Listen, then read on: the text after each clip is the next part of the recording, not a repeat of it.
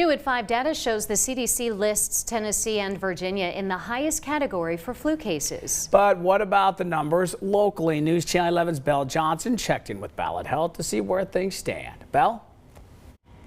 Yes, Aaron, Casey, Ballad Health says they are waiting until next week to decide if they will implement a masking policy for their employees.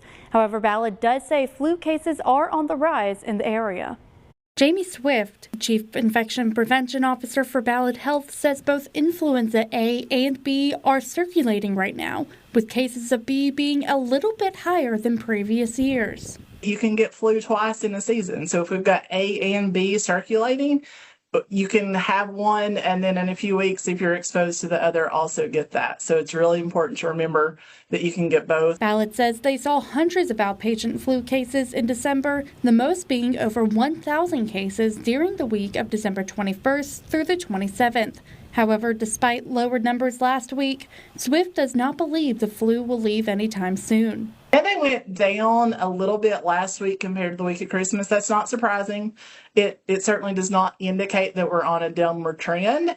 I do expect numbers to continue to increase. These flu cases come around the same time students are returning to school. Kelly Wagner, Director of Coordinated School Health for Washington County Schools, says the school system is being intentional about prevention. Take a layered approach. We monitor trends. We have custodial staff that is increasing their frequency in cleaning. We have nurses in every school.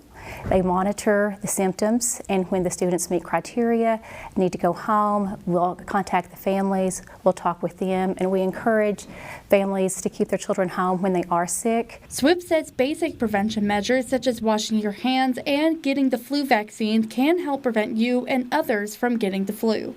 Being aware of your surroundings, knowing your own personal risk and making those decisions of, do you want to be in large crowds? Do you want to mask? Masks still work. And so there's things that you can do individually as well.